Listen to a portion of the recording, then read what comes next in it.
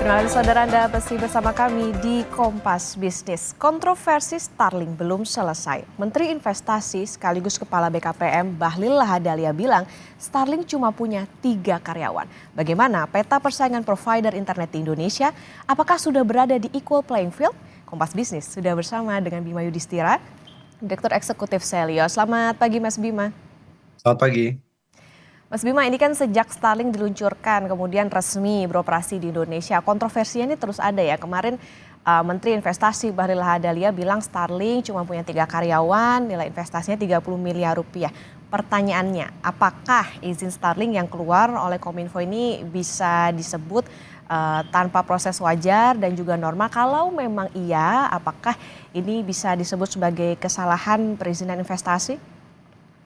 Ya, ini menjadi pelajaran berkali-kali bahwa yang namanya digital, pemasaran digital itu tercatat di Indonesia dengan modal yang relatif sangat minim. Itu salah satu ciri-cirinya. Kenapa? Karena kalau kita perlihatkan Starlink misalnya, kita cermati Starlink, itu kan risetnya tidak dilakukan di Indonesia. Risetnya di Amerika Serikat misalnya. Kemudian factory atau manufacturingnya, pabriknya juga tidak berada di Indonesia. Sehingga Indonesia hanya dijadikan sebagai pasar, dijadikan sebagai representasi pasar. Jadi 3 orang karyawan itu bisa jadi ya hanya sekedar ini aja, memenuhi syarat misalnya untuk mendaftarkan PT di Indonesia. Tetapi pemasarannya, kemudian bahkan keuangannya itu tidak dilakukan di Indonesia. Nah, ini salah satu tanda-tanda memang investasi digital bentuknya seperti itu dan itu sebenarnya praktek yang sudah lama. Nah, kemudian yang kedua, sepertinya ada nada kekecewaan karena beberapa kali bertemu dengan Elon Musk, yang masuk adalah internetnya, bukan yang masuk mobil listriknya. Sebenarnya sudah di-prank berkali-kali. Salah satunya adalah Elon Musk itu lebih tertarik untuk mengembangkan energy saving storage pada saat itu awalnya. Kemudian ada Starlink. Jadi ini menimbulkan juga pertanyaan besar. Artinya Tesla, Elon Musk, bahkan SpaceX sendiri yang memprovide dari Starlink ini tidak terlalu tertarik untuk melakukan investasi secara langsung, bahkan membangun kantor pemasaran yang serius di Indonesia. Dia justru berinvestasi yang cukup besar di Malaysia misalnya. Ini menandakan apa? Menandakan bahwa ya Indonesia hanya dijadikan sebagai pasar. Kalau mereka kemudian berminat untuk melakukan investasi di dalam negeri, tentunya momentumnya mungkin kurang begitu pas karena ada resiko politik masih menunggu pemerintahan yang baru. Ada lagi juga resiko fluktuasi nilai tukar. Tapi kalau pertanyaannya tadi adalah terkait dengan masalah perizinan yang wajar tidak wajar, jawabannya adalah ini perizinan yang wajar. Jadi nggak ada masalah karena ini adalah perusahaan IT, perusahaan kemudian digital. Dia bukan pabrik, dia bukan perusahaan konstruksi atau perusahaan perhotelan misalnya, sehingga wajar saja didaftarkannya seminimal mungkin modalnya untuk memulai suatu usaha di Indonesia. Nah, itu kelemahan kita. Pertanyaannya kenapa bukan investasi yang besar dan membuat pabrik Starlink diproduksi di Indonesia atau riset dan pengembangannya dilakukan di Indonesia. Nah, itu kesalahan dari pemerintah. Ya, berarti artinya sebetulnya kalau perizinannya wajar, tapi yang jadi pertanyaan itu adalah soal ini Indonesia kayaknya ini cuma dijadiin pasar sama Starlink. Nah, sebenarnya penanaman modal asing yang mau bisnis di Indonesia itu syaratnya apa sih Mas Bima? Maksud kami gini, kalau syaratnya itu memberi nilai tambah terhadap ekonomi, oke, ini oke ya karena nilai investasinya tadi 30 miliar. Nah, Starlink memenuhi syarat-syarat ini enggak atau ya tadi bisa dikatakan cuma jual perangkat aja di Indonesia, cuma dijadiin pasar? Ya, kalau bicara soal nilai tambah bisa dibayangkan ya dengan masuknya Starlink, tercatat 30 miliar modal awalnya di Indonesia. Itu manfaat ekonominya di pulau-pulau kecil, daerah-daerah terluar, di mana selama ini asosiasi atau penyedia jasa internet yang sudah masuk sebelumnya di Indonesia, ini belum bisa memberikan pelayanan internet yang bagus. Karena investasi untuk fiber optiknya misalnya mahal. Investasi untuk perangkat SDM teknisinya kemudian mahal. Masuklah kemudian Starlink di situ, memberikan efek banyak sekali pelaku usaha kecil UMKM di daerah-daerah, masyarakat jadi mengerti informasi misalnya, bisa membuka banyak sekali informasi baru, pengetahuan baru melalui internet di banyak sekali daerah. Termasuk yang kita lihat awal adalah puskesmas. ini menjadi salah satu objek utama dari penggunaan Starlink, terutama puskesmas di tempat-tempat yang terpencil. Ini kan artinya 30 miliar efek nasionalnya sangat besar, tetapi tentu ini bagian dari disrupsi di sektor teknologi yang membuat para pemain-pemain existing ini kemudian khawatir market share-nya akan cepat sekali kemudian berubah. Oleh karena itu ada yang bilang bahwa ya lebih baik Starlink jangan bermain di Jabodetabek, Starlink bermain di pulau-pulau kecil, daerah-daerah terluar ya. Ya saya pikir ya digital kita itu sudah terjadi liberalisasi kok. Digitalisasi e-commerce, digitalisasi soal pesan antar makanan misalnya, kemudian ojol, itu semua terjadi liberalisasi. Nah, ini jadi pertanyaan, kenapa begitu ada yang disrupsi dan membawa manfaat yang bagus bagi masyarakat, misalnya Starlink, ini menjadi salah satu problem dalam hal persaingan usaha. Nah, di sini jadi kalau ditanya 30 miliar efek ekonominya tentu Starlink bisa jadi pemenangnya dengan modal kecil, efek multiplier ekonominya pada banyak sektor itu justru positif.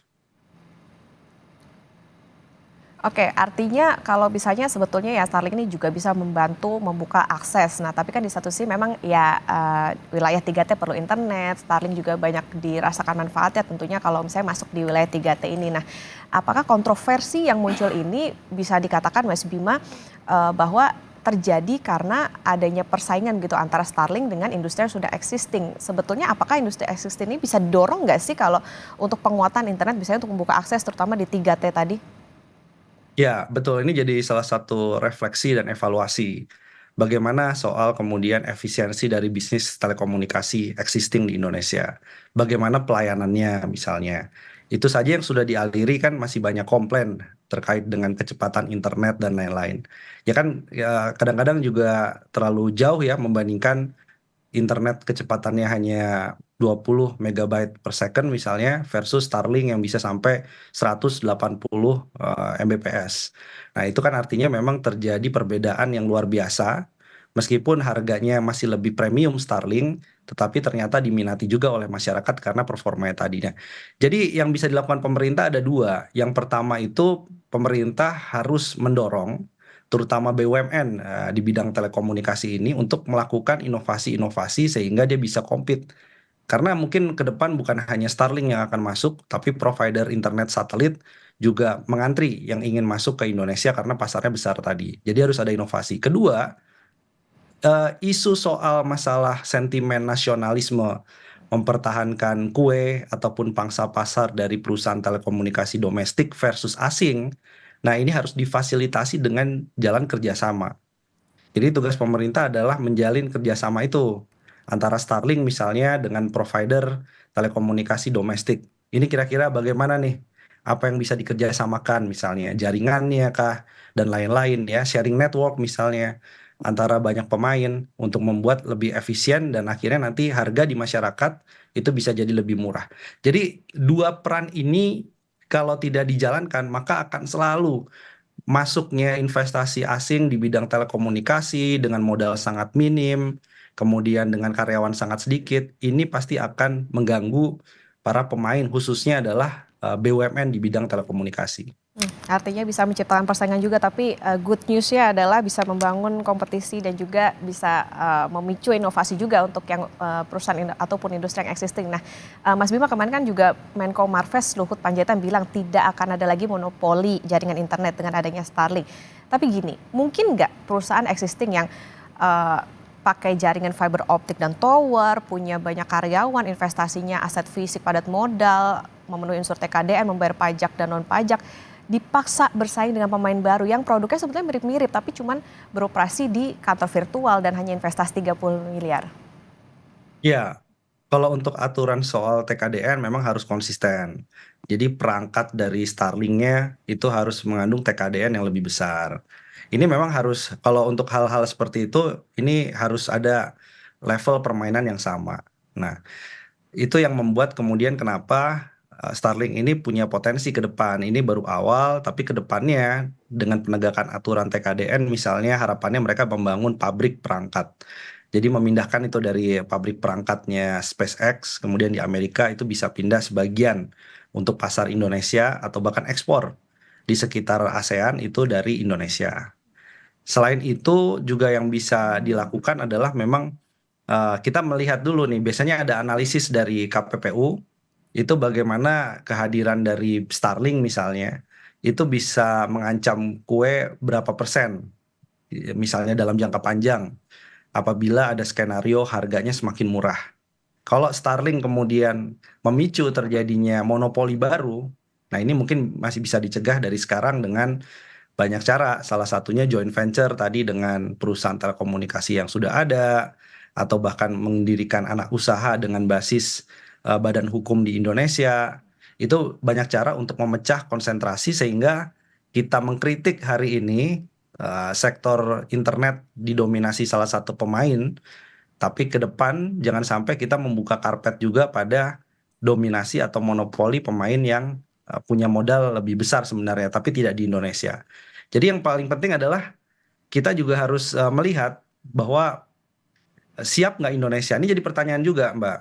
Jadi begitu ditanya apakah kita harus berinvestasi, TKDN lebih besar ya, itu ada pertanyaan juga, apakah Indonesia siap menjadi basis produksinya? Jadi jangan hanya kemudian meminta investasi lebih besar gitu. Mereka akan tanya SDM kita siap atau tidak. Yang kedua yang akan disiapkan adalah infrastrukturnya. Jadi kalau perangkatnya Starlink dibangun di Indonesia, dibangun di Jawa Barat, Jawa Tengah, itu kira-kira infrastrukturnya sudah siap atau tidak. Jadi ada banyak persiapan-persiapan sehingga kita akan matching nih. Meminta agar TKDN lebih besar, meminta agar lebih banyak membangun basis produksi perangkat di Indonesia, tapi juga kesiapan dari sisi Indonesia, pemerintah maupun swasta yang mau diajak kerjasama juga harus matching. Kalau tidak, mereka bahkan akan melakukan hal yang mungkin lebih ekstrim, yaitu sama sekali tidak punya investasi, jumlah karyawan juga dipangkas, kita mengimpor perangkatnya misalnya. Itu bisa saja terjadi di masa depan kalau memang kita tidak bisa menjawab kebutuhan dari investasi itu. Artinya jangan cuman kita berharap ada investasi tapi juga bisa menciptakan apa ya dukungan untuk iklim investasi yang pas juga atau match juga untuk Starlink, dan tadi yang disoroti adalah soal harus ada di level permainan yang sama nih. Artinya Mas Bima supaya bisa menjamin kesetaraan atau ada equal playing field antara Starlink dengan yang sudah ada, industri yang sudah ada, supaya persaingannya sehat, apa nih yang harus jadi catatan? Ya, saya pikir yang perlu jadi catatan adalah bagaimana Starlink karena sudah existing di Indonesia ini terus dibangun komunikasi sehingga persyaratan-persyaratan yang sama dengan provider internet ini bisa dilakukan. Tapi saya kira persyaratannya bukan dibatasi harus modal minimum sekian dan lain-lain, tapi lebih tadi TKDN, kandungan dalam negerinya diperbesar, misal. Kemudian juga diharapkan ke depannya bisa bisa banyak merekrut ya dari segi tenaga keuangan, tenaga peneliti atau tenaga kemudian pemasaran itu lebih banyak diperoleh dari tenaga kerja lokal di Indonesia. Dan kemudian juga perlu juga tadi memfasilitasi kerjasama antara provider existing dengan Starlink. Bahkan juga bagaimana caranya Starlink misalnya bisa membantu e-government-nya pemerintah, bisa membantu efisiensi birokrasi digital yang sudah dibangun dengan berbagai platform yang ada di pemerintahan, kementerian, lembaga, sampai pemerintah daerah, sampai pemerintahan desa. Itu dengan bantuan Starlink misalnya. Nah, jadi itu salah satu cara agar Starlink ini juga punya dampak yang lebih positif lagi ke depannya bagi ekosistem internet dan juga digital. Dan terakhir saya pikir adalah masalah soal sensor ya. Ini jadi salah satu isu yang penting juga gitu. Jadi ada salah satu pembicaraan karena ini modelnya satelit dengan latensi yang lebih rendah daripada provider lain. Ini jadi salah satu isu bagaimana caranya Starlink membantu mensensor judi online. Bagaimana Starlink bisa membantu misalnya mensensor konten pornografi dan lain-lain. Itu juga agar level permainannya menjadi sama dengan provider lokal. Oke, pada intinya adalah jangan cuma jadi pasar lah ya Indonesia, artinya ada kontribusi yang besar juga dalam operasional Starlink nantinya. Nah, Mas Bima, yang menarik juga sekarang nih masyarakat kayaknya ditontonin nih sama saling saut antar lembaga, kementerian. Ada apa sebetulnya sih dengan proses perizinan investasi di Indonesia? Ya, saya pikir ego sektoral belum juga selesai. Jadi ada masalah ya, di mana di satu sisi ada kementerian yang menyambut positif misalnya dalam konteks Starlink, karena mungkin dia yang selama ini melakukan komunikasi. Bahkan kalau kita lihat Starlink misalnya diresmikan di Puskesmas di Bali, itu salah satu simbolik bahwa yang selama ini mengawal kerjasama Starlink adalah Kementerian Kesehatan, bukan Kementerian Investasi atau BKPM. Jadi ini sebenarnya bukan menjadi salah satu masalah, karena ego sektoral itu harusnya udah kita tinggalkan. Siapapun kementerian yang leading, asal itu membawa hal yang positif, regulasi kemudian dipatuhi, sebenarnya sah-sah saja semua kementerian. Nah, mungkin ada isu kecemburuan di mana yang masuk ke Indonesia ini dan membantu beberapa kementerian adalah Starlink, sementara komitmen terhadap investasi energi terbarukan dalam bentuk kendaraan listrik, baterai yang ingin berinvestasi, Tesla, ini kemudian tidak terrealisasi, ini menimbulkan juga kecemburuan bahwa saya nih kira-kira yang membawa pertama kali ke Indonesia harusnya berinvestasi di kendaraan listrik, tapi kok nggak jadi-jadi sampai sekarang. Ini sementara ada menteri lain atau aktor lain yang kemudian mempercepat investasi tapi di bidang internet atau Starlink. Tapi saya pikir itu yang memberikan contoh buruk gitu ya, bahwa ada koordinasi yang tidak lancar antar kementerian lembaga, ada permasalahan soal ruang-ruang yang kemudian terpisah, sehingga komunikasi, koordinasi tadi tidak berjalan dan sehingga jatuhnya adalah saling klaim bahwa Anda belum berhasil membawa kendaraan listrik dari Tesla masuk, saya yang berhasil. Karena akhirnya Elon Musk masuk tapi dengan Starlink-nya, misalnya begitu. Jadi saling saling apa ya, saling klaim, saling ego sektoral dan ini jadi cerminan efisiensi dan komunikasi birokrasi kita masih kurang begitu bagus. Artinya di situ ada persaingan usaha juga, ada ego sektoral juga, bahkan juga kita dibenturkan juga gimana nih dengan kebutuhan masyarakat soal internet yang harus cepat ini juga bisa jadi catatan ya untuk pemain lokal gitu istilahnya supaya tadi inovasi atau juga nanti ke depan bisa mungkin joint venture, jangan sampai Starlink ini bisa jadi dominasi, justru harus jadi persaingan yang sehat antar provider internet di Indonesia. Terima kasih Direktur Eksekutif Selios Mas Bima Yudhistira sudah bersama di Kompas Bisnis, sehat selalu.